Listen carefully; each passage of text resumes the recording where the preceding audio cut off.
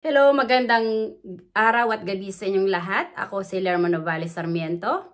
Sa araw na to, ang topic ko ay propesiya at katotohanan. Bongbong Marcos, mag-repent at mag-resign ka na. Tayong mga tao ay hindi iira sa mundo kung wala ang presensya ng Espiritu ng Diyos sa ating katawan. Ang nagbibigay ng buhay sa ating katawan ay mismo ang Espiritu ng Panginoon. At maliwanag ni pinahayag ni Jesus na templo ng Espiritu Santo ang katawan ng tao at ang tao ay hindi nabubuhay para sa sarili lang o dahil sa tinapay lamang. Sapagkat ang nagbibigay ng buhay sa ating mga tao ay ang presensya mismo ng Espiritu Santo. Si Jesus ay Mesiya ng Espiritu Santo. Ang naging misyon ni Jesus ay magpahayag ng katotohanan para ipakilala sa buong sangkatauhan na ang Espiritu Santo na nanasa kanyang katawan ay siya ring iisang espiritu na nanasa katawan ng buong sangkatauhan ay ang siyang totoong nag-iisang Diyos at amang espiritual na nagbibigay ng buhay sa ating mga tao na siyang dapat lang nating sambahin, papurihan at ibigin ang higit sa lahat. Sa ating puso at sa ating isipan, sa ating katawan at kaluluwa, sapagkat ang Espiritu Santo ay ang siyang amang espiritual ng ating kaluluwa na siyang nananahan sa ating katawan. At maliwanag na sinabi ni Jesus na ang kasalanan na walang kapatawaran ay kapag nilapastangan mo ang Espiritu Santo. Tulad ng sinabi ni Jesus, templo ng Espiritu Santo ang katawan ng tao. Tayong mga tao, ang nagbibigay ng buhay sa atin ang Espiritu Santo.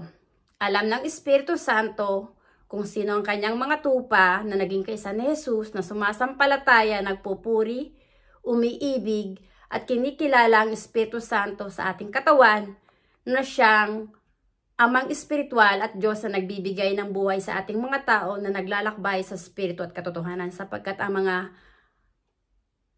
yung mga taong naging kaysa ni Jesus na mananampalataya na ninanais ng Diyos Ama ay yung mga taong naglalakbay sa Espiritu at katotohanan. Ang Espiritu Santo na nasa ating katawan ay ang siyang totoong espiritu ng katotohanan na lumikha sa ating mga tao. Kaya tayo nabubuhay at umiira dito sa mundo. At bilang Pangulo, leader sa isang bansa, sa iyong panunungkulan, may sinumpaan kang tungkulin para paglingkuran. Una sa lahat ay ang Diyos.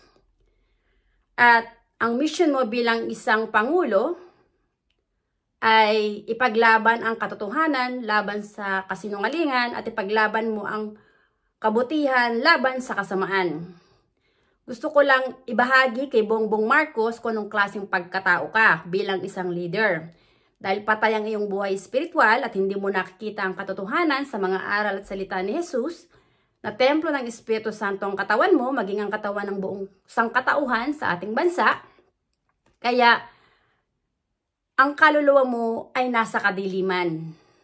Una sa lahat, gusto kong gisingin ng iyong diwa, Bongbong Marcos, na totoo yung sinabi ni dating late President Ferdinand Marcos na wala kang alam yung sa pumumuno, kundi party-party lang. Mismo ang iyong ama ang walang paniniwala sa sarili mo na wala kang kakayahan na mamuno dahil wala kang ang alam, kundi party-party lang. Sinabi ni Tatay Digong na isa kang weak leader. Gusto kong ibahagi sa iyo ang katotohanan kung bakit ka naging weak leader. Una sa lahat, ang iyong ama, si dating late President Ferdinand Marcos, dahil hindi siya nagpapadikta sa mga Roman Catholic leaders at American leaders, siya ay napagkaisahan, napabagsakin ng mga kampo ng kadiliman na siyang nanakop sa ating bansa. Ang Roman Catholic leaders, yung mga pare, honestly, hindi sila mga sugo ng Diyos, kundi sugo sila ng demonyong si Satanas. Honestly, kaya namuhay sa kadiliman ng ating bansa ay dahil sinakop ng Judas na hari ng Espanya na si Philip II, na siyang protektor ng relihiyon ng Romano Katoliko. At bilang isang tagapagsalita ng banal na spirito, ng Espiritu Santo, na siyang Diyos na aking sinasamba, na siyang nagbibigay ng buhay sa akin na parati kong kasama, ipinahayag sa akin ng banal na spirito na ang totoong pangalan ng ating bansa ay Maharlika. Kung kaya gustong ibalik ng iyong ama, ni dating late President Ferdinand Marcos, ang pangalang Maharlika para makalaya na tayo sa mga nasyon na nanakop sa ating bansa. Sinakop tayo ng mga Espanyol gawa ng mga bulaang propeta ng relihiyon ng Romano Katoliko. Ang mga Espanyol ang nagdala ng relihiyong Romano Katoliko at hinikayat ang mga tao sa ating bansa na sumamba sa rebolto, santu-santuhan at Diyos-Diyosan. Pero itong mga rebolto na to, ipinagbabawal to ng Panginoon. Sinabi ng Panginoon, huwag kayong gagawa ng rebolto na inukit sa kahoy o sa bato na inyong sasambahin sa inyong lupain. Ako si Yahweh ang Diyos ninyo. Bilang isang tagapagsalita ni Jesus at tagapagsalita ng Espiritu Santo, ang Espiritu Santo lang ang may pag-aari ng buhay nating mga tao. Na siyang nananaan sa ating katawan ang nagbibigay ng buhay sa ating mga tao at hindi ang mga rebolto, santo-santuhan at Diyos-Diyosan na dinala ng mga bulaang propeta na nagmula sa bansa ng Espanya. At sa paglipas ng panahon, ipinahayag sa akin ng banal na spirito na ang ating bansa ay sinakop din ng mga Amerikano dahil ang mga Espanyol at ang Amerikanong World War I ay naglaban din. Sinakop tayo ng mga Amerikano pagkatapos tayong sakupin ng mga Espanyol. At napagkasundoan sa Paris, kasulat ito sa Treaty of Paris, alam to ni Tatay Digong, na ang ating bansa ang mamamahala ng mga Amerikano. Kung kaya ang ating bansa ay pinagbenta ng mga Espanyol sa mga Amerikano, kung kaya ang ating bansa ay namuhay din sa kadiliman dahil sinakop tayo ng mga Amerikano. Ang iyong ama, si dating late President Ferdinand Marcos, ay hindi nagpapadikta sa mga Roman Catholic leaders at sa mga Amerikano. At si Juan Ponce Enrile, Fidel Valdez Ramos, na siyang dating malapit na kabilang sa Rolex 12 members ng mga piling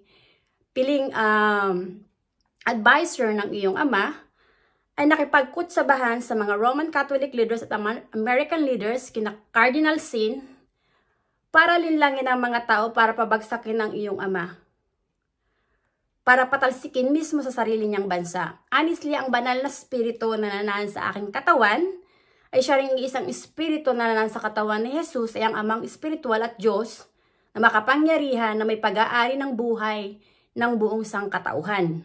At ipinahayag sa akin ng banal na spirito na kaya namuhay sa kadiliman ng ating bansa ay dahil sinakop tayo ng mga bulaang propeta ng relihiyon ng Romano Katoliko ng Judas na hari ng Espanya na si Philip II na siyang nanakop sa ating bansa. At yung pangalang Maharlika ay binura ng mga Espanyol. At pinalitan nila ng pangalang Pilipinas na sinunod sa pangalan ng Judas na hari ng Espanya na si Philip II. Bilang isang tagapagsalita ng banal na spirito, na siyang Diyos na makapangyarihan, na siyang tumawag sa akin para gawin ang aklat na to, para magpahayag ng ebanghelyo sa buong mundo, ay pahayag ang katotohanan na ang katawan ng bawat tao ay sagradong tahanan ng Espiritu Santo, at ang Espiritu Santo ay ang Diyos ng may iral, ay ang Diyos na buhay na nagbibigay ng buhay sa ating mga tao, ay narito sa ating mundo. At ang labanan na Diyos sa ating mundo ay hindi laban sa laman at dugo, kundi laban sa spiritong masasama na silang mga kampo ng kadiliman. Bongbong Marcos, dahil isa kang hunghang, naging traidor ka katulad ni Juan Ponce Enrile. Dahil si Juan Ponce Enrile na nagtraidor sa iyong ama, ang siya mo pang kinuhang maging Chief Legal Counsel na maging advisor.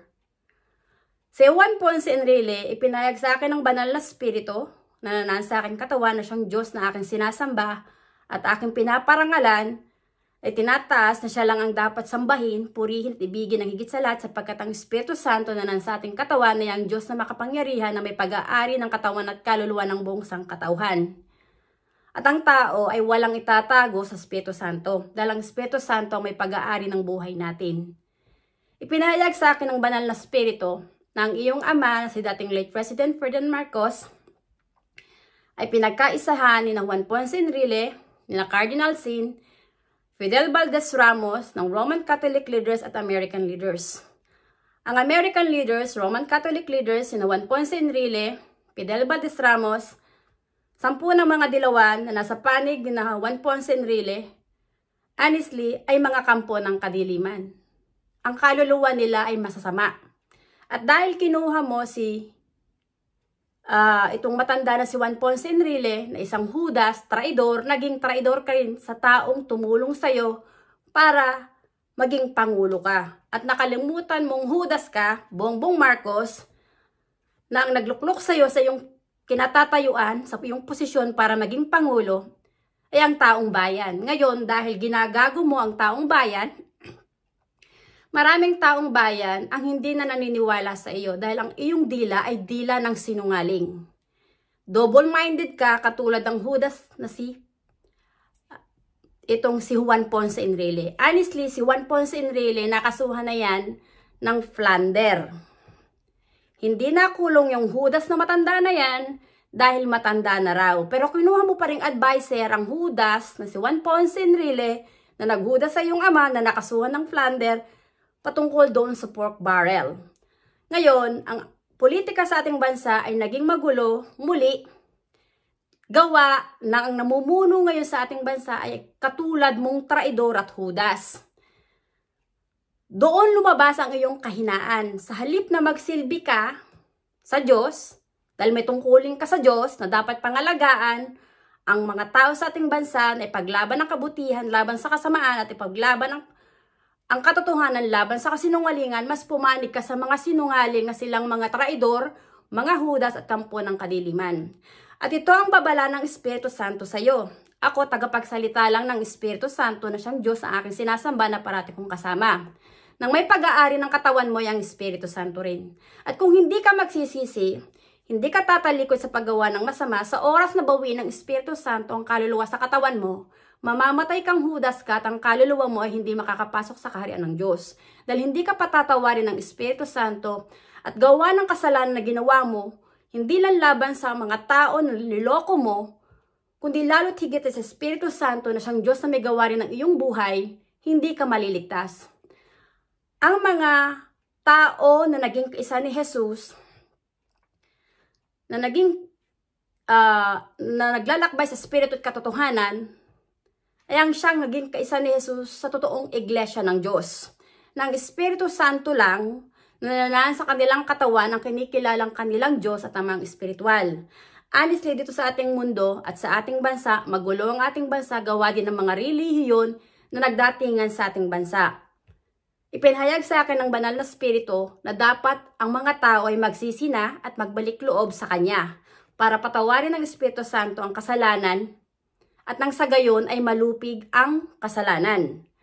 At dahil ikaw, Bongbong Marcos, ay nananatili pa ring hunghang, bangag, mahirang leader dahil nagiging puppet ka lang ng mga demonyo na nakapaligid sa'yo, kaya naging masama ka, yung pangalan ng iyong ama na dapat mong linisin at ipaglaban para maging mabuti at hindi yung impresyon ng mga tao na masama patungkol sa iyong ama ay hindi maging masama, dinagdagan mo pang Judas ka. Dahil ikaw mismo, tinaraidor mo rin ang iyong ama. Dahil yung apelyedo nyo, hinihila mo ring pababa dahil yung si Juan Ponce Enrile na Judas na naghudas sa iyong ama, ang iyong sinusunod na tagapayo. At ang politika sa ating bansa, ganyan ang nangyayari ngayon na magulo dahil isa kang uto-uto lang na leader. Wala kang kayahan na mamuno. Totoo ang sinabi ng iyong ama. Wala kang kayang mamuno dahil wala kang alam kundi party-party lang. Wala kang pagkapahalaga sa buhay espiritual ng iyong kapwa dahil lagalag ka eh. Ang kaluluwa mo lagalag. Ang alam mo lang mag-party-party. Hindi ka dumanas ng hirap na tulad ng pinagdaanan ng iyong ama. Hindi ka pinagkaisahan ng mga Judas na nanakop sa ating bansa, ng mga bulaang propeta na nanakop sa ating bansa, kung kaya ganyan ang asal mo. Dahil utu-utu ka ng mga taong nanakop sa ating bansa, ng mga leader na nanakop sa ating bansa. Ang hindi mo nalalaman, Bongbong Marcos, lahat ng ginagawa mong katangahan ay bukas na aklat sa banal na Espiritu, na siyang Diyos na may pag-aari ng katawan at kaluluwa mo, na siya rin may pag-aari ng buhay ko at pag-aari ng katawan at kaluluwa ng buong sangkatauhan. Ang katotohanan, ibinabahagi ko sa inyo na templo ng Espiritu Santo ang katawan ng bawat tao. At ito yung sinabi ni Jesus. At liwanag din na sinabi ni Jesus na ang kasalanan na walang kapatawaran ay kapag nilapastangan mong Espiritu Santo.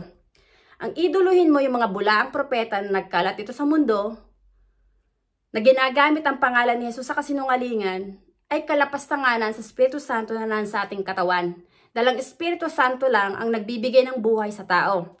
Maging kay Felix Manalo, na siyang nagtatag ng relihiyon ng Iglesia ni Cristo, ito yung sinabi ni Jesus. Mag-ingat sapagkat maraming mga bulaang propeta ang gagamit ng aking pangalan sa huling panahon at marami silang ililigaw ng landas. Honestly, ang Iglesia ni Cristo na tinatag ni Manalo ay hindi iyon ang relihiyon at Iglesia ni Jesus.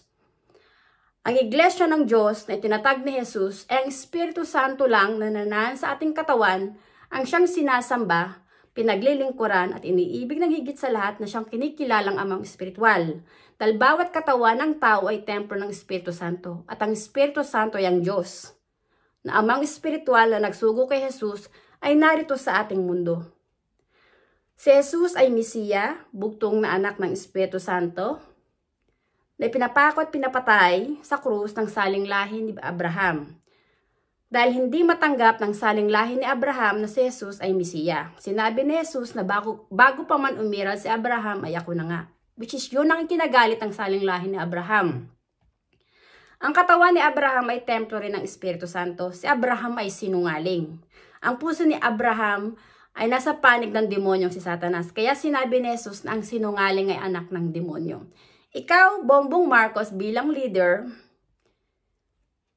isa kang Judas, traidor, sinungaling, masama na nasa panig ng demonyong si Satanas. At kung hindi ka magsisisi, hindi ka magbabalik loob sa Espiritu Santo, wawasaki ng Espiritu Santo ang pagkatao mo at ibabakbakan ng Espiritu Santo. Honestly, yung pangalan ni Tatay Digong ay nasasaad dito sa aklat na to. At isa siya sa ipinahayag ko dito sa aklat na to na siyang isang spiritual warrior. A chosen one by God. Honestly, nung si Tatay Digong ay namumuno pa sa ating bansa, ang kinakalaban din ni Tatay Digong ay ang mga Roman Catholic leaders na pakialamero sa politika, sa kanyang gobyerno. At ang mga Amerikano na pakialamero sa ating gobyerno. Kaya sinabi din ni Tatay Digong na tama talaga si late President Ferdinand Marcos na dapat nang ibalik ang pangalang Maharlika para makalaya na ang tao na huwag maging colonized ng ibang nasyon. Para tayo ay tuluyan ng makalaya. Honestly, bawat katawan ng tao ay templo ng Espiritu Santo. Ang katawan ni Tatay Digong ay templo ng Espiritu Santo. Ang katawan ko ay templo ng Espiritu Santo. At ang Espiritu Santo na nananasa sa katawan ni Tatay Digong ay siya ring Espiritu Santo na nasa katawan ni Jesus, ay siya ring Espiritu Santo na nasa aking katawan. Alam ng Espiritu Santo na si Tatay Digong ay nagmumura. Pero ang minumura ni Tatay Digong ay yung mga kampo ng kadiliman, na kampo ng kasamaan, na silang naghahasik ng kaguluhan dito sa mundo. Kay Tatay Digong, hindi nga talaga bubuhayin ng mga kriminal. Dahil ang mga kriminal ay mga kampo ng kadiliman na salot sa lipunan. Sila yung naghahasik ng kaguluhan, ng kadiliman. Kaya nabubuhay ang mga tao na may takot sa mga kriminal. Pero nung si Tatay Digong ang naging presidente, ang mga kriminal ang takot na gumawa ng kasamaan dahil sila ang natitimbuang. Sila yung napapatay. Si Tatay Digong is a chosen one by the Holy Spirit. He is empowered by the Holy Spirit. Yung mga Roman Catholic leaders, American leaders, ICC leaders, ang Quadcom, yung sina Juan Ponce Enrile, Fidel Valdez Ramos, kahit patay na yung Judas na yon, yung pangalan ni Fidel Valdez Ramos ay naririto din sa aklat na to. Na ipinahayag ko na si Fidel Valdez Ramos ay isa ring malaking ahas na ulupong, na traidor at Judas. Dahil nung si dating late President Ferdinand Marcos noong mapatalsik siya sa posisyon bilang Pangulo sa ating bansa, yung yaman ng ating bansa ay ginawang pribado ng mga demonyo. Ipinagbenta ni na Cory Aquino at ni na Fidel Valdez Ramos. At kung kaya ang ating bansa ay namuhay lalo sa kadiliman dahil ang nakatayo sa posisyon na si Juan Ponce Enrile, Fidel Valdez Ramos ay mga kampo ng kadiliman. Honestly, narito na tayo sa huling panahon. Ang ating bansa ay ang lupang hinirang ng Espiritu Santo, ng banal na Espiritu, na siyang muling itataas ng Espiritu Santo. Muling ipapanganak ang pangalang Maharlika dahil yan ang totoong pangalan ng ating bansa. Ang pangalang Pilipinas ay nagmula lang yan sa pangalan ng Judas na hari ng Espanya, si Philip II, na siyang nanakop sa ating bansa na siya ring protektor ng relihiyon ng Romano Katoliko.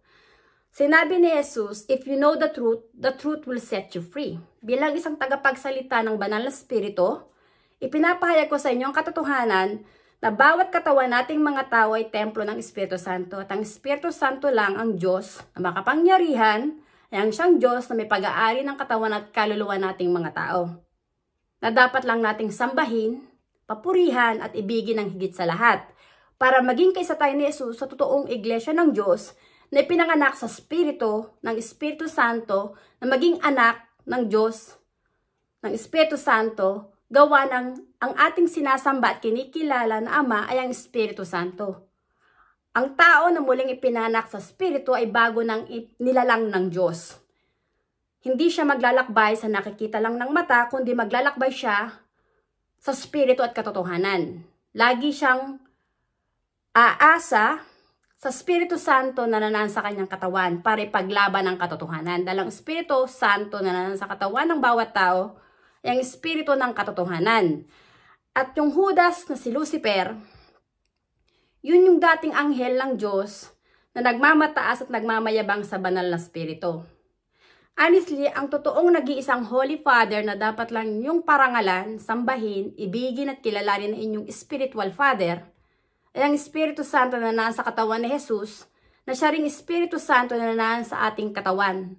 Dahil bawat katawan nating mga tao ay templo ng Espiritu Santo. Sinasabi ko sa iyo, Bongbong Marcos, kailangan mo nang mag-repent at mag-resign. Dahil kung hindi ka magre-repent at hindi ka magre-resign sa iyong posisyon bilang Pangulo, darating ang panahon, dudumugin ka ng taong bayan. At kapag napuno lalo ng galit ang tao, lalo kang mawawasak. Lalo kang, yung galit ng Espiritu Santo at galit ng mga tao, ang dudurog sa iyo. Ang Espiritu Santo ang nagbibigay ng buhay sa ating mga tao. Alam ng Espiritu Santo ang mga tao na naglalakbay sa Espiritu at katotohanan. Tinawag ako ng Espiritu Santo para magpahayag at magpakilala sa Kanya na siya lang ang Espiritu at Diyos na nagbibigay ng buhay sa ating mga tao, hindi si Jesus. Maging ang katawan ni Jesus ay templo rin ng Espiritu Santo na winasak at pinapako ng saling lahi ni Abraham ng mga pari sa krus. Pero si Jesus hindi siya babalik na magkakatawang taong muli dahil si Jesus ay Espiritu na. At sinabi ng Panginoon na may kukuhanin siyang anak na babae sa huling panahon na prangka, na siyang magpapakilala at magpapahayag patungkol sa Kanya. Sa buhay ko, hindi ko inakala na pipiliin ako ng Espiritu Santo para magpakilala na siya lang ang dapat sambahin ng tao. Dahil ang Espiritu Santo ang may pag-aari ng ating katawan at kaluluwa. Ang ating kaluluwa ay siyang espiritu na ipinanganak sa espiritu ng Espiritu Santo para maging anak ng Diyos. Ang tao na pinanganak lang sa laman, dito yan nagmula sa lupa. Pero ang tao na muling pinanganak sa espiritu ng Espiritu Santo, doon yung nagmula sa langit. Kaya sinabi ni Jesus na ang aking kaharian ay wala dito sa lupa kundi nasa langit dahil si Jesus ay espiritu. Si Jesus ay Espiritu na nagkatawang tao lamang sa katawan ni Birheng Maria para maging tagapagmagitan sa tao at sa Diyos. Ang Espiritu Santo na nasa katawan ni Jesus ay ang Diyos Ama na nagsugo kay Jesus. Ay siya rin tumawag sa akin para magpahayag ng katotohanan at itong aklat na to, honestly, ay nabuo ko sa tulong ng Espiritu Santo. Ang Espiritu Santo ang tumawag sa akin para gawin ang aklat na to para ipahayag sa buong mundo na siya lang ang nag-iisang amang espiritual at Diyos Ama na siyang nagsugo kay Jesus na dapat lang sambahin ng bawat tao sa ating katawan. Dahil bawat katawan nating mga tao ay templo ng Espiritu Santo. Si Bongbong Marcos, dahil patay ang kanyang buhay spiritual, mas pumapanig siya sa mga kampo ng kadiliman, sa mga sinungaling, sina Juan Ponce Enrile, kina Leila de Lima, kina Trillanes, sa lahat ng Dilawan at Pinklawan, sa Quadcom, na silang mga ipokrito na kala mo nila sila yung mga hari, yang sina Martin Romualdez. Lahat kayo sa paningin ng Espiritu Santo ay mga ulupong at alakdan. Mga kampon lahat kayo ng kadiliman. Wala kayong idinudulot na kabutihan sa ating bansa, kundi ang kasakiman nyo sa power at mga pagnanakaw nyo. Pero hindi nyo nalalaman, kayo, Bongbong Marcos, Martin Romualdez, Leni Robredo, lahat ng mga Dilawan, lahat ng mga demonyo, na silang mga sinungaling, nang may pag-aari ng buhay nyo yung Espiritu Santo. Binabalaan ko kayo na kung hindi kayo magsisisi, hindi kayo magbabalik loob sa Espiritu Santo, matotodas kayo at ang kaluluwa nyo ay itatapon ng Espiritu Santo sa impyerno. Dahil lahat ng mga Judas, sinungaling, mga traidor, na silang masasama at mga kampo ng kadiliman ay hindi kinalulugdan ng Espiritu Santo. Si Juan Ponce Enrile, honestly, ang siyang pinahayag ko dito sa aklat na ito, na siyang isang pinakamalaking Judas at ahas. Na siyang nanlilinlang para maghasik ng kaguluhan, ng kahirapan at ng kadiliman. Si Juan Ponce Enrile ay isang Judas na advisor.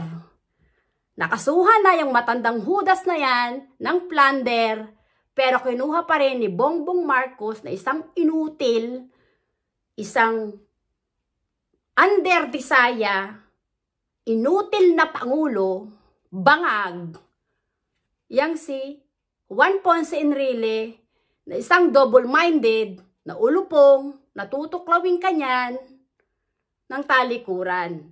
Tinuklaw na ang iyong ama ng Judas na si Juan Ponce Enrile, pinagkatiwalaan mo pang demonyo ka. Kaya naging masama ka na rin. Sa paningin ng Espiritu Santo, inutil kang leader, masama kang leader. Kaya Bongbong Marcos, sinasabi ko sa iyo, templo ng Espiritu Santo ang katawan mo.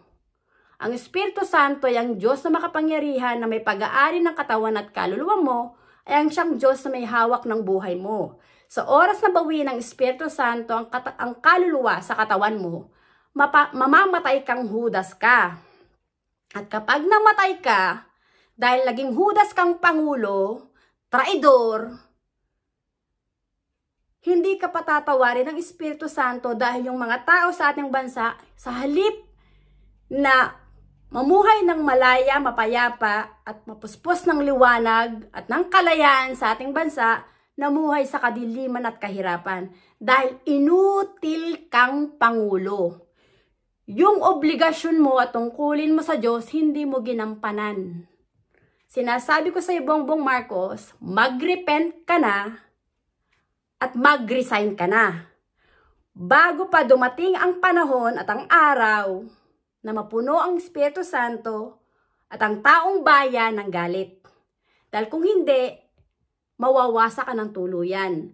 Ang kataasan at kayabangan yung mga demonyo, kayong mga Roman Catholic leaders, American leaders na nanakop sa aming bansa, yang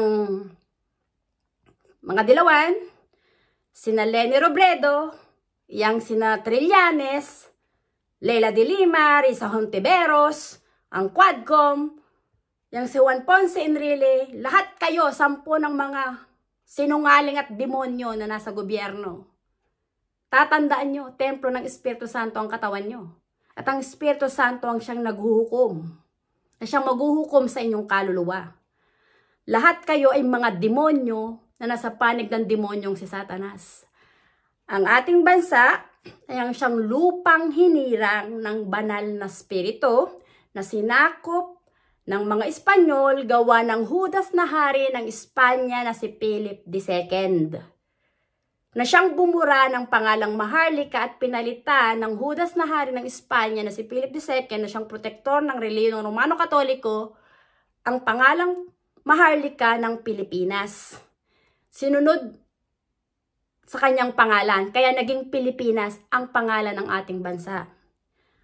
Ang Espiritu Santo na nasa katawan ko ay ang Diyos na makapangyarihan, ay ang Espiritu ng katotohanan, ang siyang nagpapahayag ng katotohanan. At sinabi ni Jesus na ang kasalanan na walang kapatawaran ay kapag nilapastangan mo ang Espiritu Santo. Ang sumamba ka sa rebulto, santo-santuhan at Diyos-Diyosa na dinala ng mga Espanyol ay kalapastanganan yan sa banal na Espiritu na nanaan sa ating katawan. Dahil ang Espiritu Santo lang nanaan sa ating katawan, ang Diyos at Amang Espiritual na nagbibigay ng buhay sa buong sangkatauhan. Hindi ang mga rebulto, santo-santuhan at Diyos-Diyosan. At bilang isang tagapagsalita ng banal na Espiritu Santo, kailangan ang durugin ang simbahan ng Romano Katoliko. Lahat ng relihiyon sa ating bansa, dapat mo nang durugin yan. Gawa ng relihiyon kaya nagkakagulo ang mga bawat leader ng bawat relihiyon sa ating bansa. Pero ang katotohanan, ang iglesia na itinatag ni Jesus ay ang Espiritu Santo lang na nananaan sa ating katawan, ang siyang kinikilala na Diyos at Amang Espiritual na siyang dapat sambahin para maging kaisa tayo ni Jesus, maging miyembro tayo ni Jesus sa totoong iglesia ng Diyos na maging anak ng banal na Espiritu. Dahil ang mga tao na pinanganak na muli sa Espiritu ay pinabanal na ng Espiritu Santo. Dahil ang mga tao na pinanganak sa Espiritu, ang Espiritu Santo ang kinikilala nilang Amang Espiritual at Diyos Ama na lumikha sa kanila na nagbibigay ng buhay sa sarili nila. Si Jesus ay Mesiya, buktong anak ng Espiritu Santo na pinapako at pinapatay ng saling lahi ni Abraham. Sinabi ni Jesus, there is power once you receive the Holy Spirit. You will become my witnesses. Ako, naging tagapagsalita ng banal na Espiritu para ipahayag ang katotohanan na si Jesus ay Mesiya at anak niya, buktong na anak ng Espiritu Santo. Ang Espiritu Santo na nasa katawan ni Jesus, na parating kasama ni Jesus, ay ang Ama ni Jesus. Kaya sinabi ni Jesus na ako at ang Ama ay parating magkasama. Ako ay nasa Ama at ang Ama ay nasa akin. At sinabi rin ni Jesus na ako at ang Ama ay isa. Dahil si Jesus ay Espiritu. Si Jesus ay hindi tao. Si Jesus ay Espiritu na ipinanganak sa Espiritu ng Espiritu Santo na nagkatawang tao lang sa katawan ni Berhing Maria para maging tao. Si Jesus ay buhay at kasama ng Diyos Ama dahil siya ay Espiritu at ang Espiritu ay Diyos. Kaya hinihikayat kong lahat na tanggapin niyo ang katotohanan sa mga aral ni Jesus na templo ng Espiritu Santo ang inyong katawan. At ang Espiritu Santo ay ang Alpha at Omega. Siya yung may hawak ng ating buhay. Siya ang nagbigay ng buhay, siya rin yung magtatanggal ng buhay sa ating katawan kung kaya tayo mamamatay. At ang Espiritu Santo rin ang siyang maghuhukom sa ating kaluluwa, hindi si Jesus. Dahil maging si Jesus, ang kanyang kaluluwa ay anak din lang ng Espiritu Santo na pinanganak sa Espiritu. Ang naging misyon ni Jesus ay hulihin ang bawat kaluluwa na naliligaw ng landas na magbalik loob sa Espiritu Santo para patawarin ng Espiritu Santo ang kasalanan ng tao at nang sa gayon, ang kanilang kaluluwa ay malinis, mabura ang kasalanan, at kilalanin ng Espiritu Santo na anak ng Diyos, na maging kapatid ni Jesus sa Espiritu. Dahil ang Espiritu Santo lang ang nag-iisang Espiritu at Diyos na may pag-aari ng buhay nating mga tao, na dapat lang nating sambahin sa ating puso, isipan, sa ating katawan, na siyang Amang Espiritual ng ating kaluluwa. Anis ni si Felix Manalo, ang kaluluwa niya ay nasa impyerno dahil hindi niya itinuro ang katotohanan ng Espiritu Santo na nasa kanyang katawan ay ang Diyos Ama na nagsugo kay Jesus. Si Felix Manalo, honestly, ay nangahas mangaral ng salita ng Diyos na hindi niya tinanggap ang Espiritu Santo. Kung kaya hindi nalalaman ni Felix Manalo na si Jesus ay anak ng Diyos dahil hindi alam ni Felix Manalo na si Jesus ay Espiritu na nagkatawang tao lang. Sa tingin ni Felix Manalo na siyang nagtatag ng relihiyon, ng iglesia ni Kristo, si Jesus ay tao lang. Honestly, si Jesus ay Espiritu. Nabugtong na anak ng Espiritu Santo at ang Espiritu ay Diyos. Kaya sinabi ni Jesus na ako at ang Ama ay isa dahil ang Espiritu Santo at si Jesus ay Espiritu at ang Espiritu ay Diyos. Kaya hinihikayat kong mga tao, mag-repent na kayong lahat. Yung relihiyon ni Manalo, ni Kibuloy, relihiyon ng Jehovah, relihiyon ng Romano Katoliko, relihiyon ng Islam, lahat ng relihiyon na nasa ating bansa. Hindi iyan ang magliligtas sa inyo, kundi ang maging kaisa tayo ni Jesus.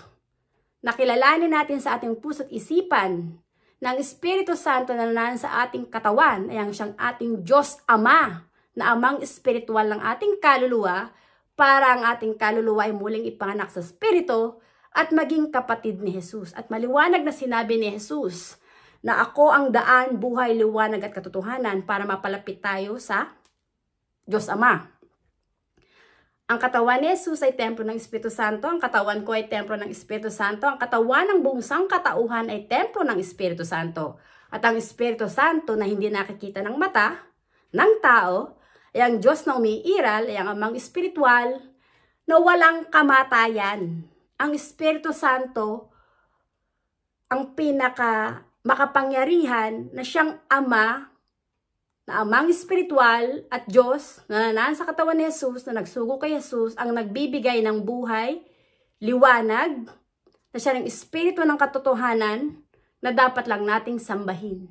Maraming salamat sa inyong pakikinig. Bongbong Marcos, winawarningan kita, mag-repent ka na at mag-resign ka sa iyong pamumuno dahil inutil kang Pangulo. Huwag mong intayin na parusahan ka ng Espiritu Santo, na dumugin ka ng taong bayan at nang mawasa ka. Dahil kung ikay magsisisi, magbabalik loob sa Espiritu Santo, magre-resign ka, patatawarin ka ng Espiritu Santo, at ang galit ng tao ay huhupa. Maraming salamat sa inyong pakikinig at hanggang sa muli. Bye! Thank you!